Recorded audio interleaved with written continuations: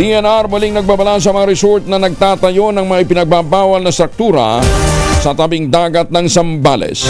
Detalye ng balita mula kay Danny Kumilang, RH37. Danny, good morning. Muling nagbabala ang Department of Environment and Natural Resources DNR sa mga resorts owners na patuloy na nagtatayo ng mga istruktura sa recreation areas o ipinagbabawal na tabing dagat sa Sitio Liuliwa, San Felipe at ilang bahagi pa ng San Narciso. Sa isinagawang inspeksyon ng DNR at ng lokal na pamahalaan, nadiskubre ang patuloy na construction ng isang resort sa kabila ito ng umiiral na pagbabawal.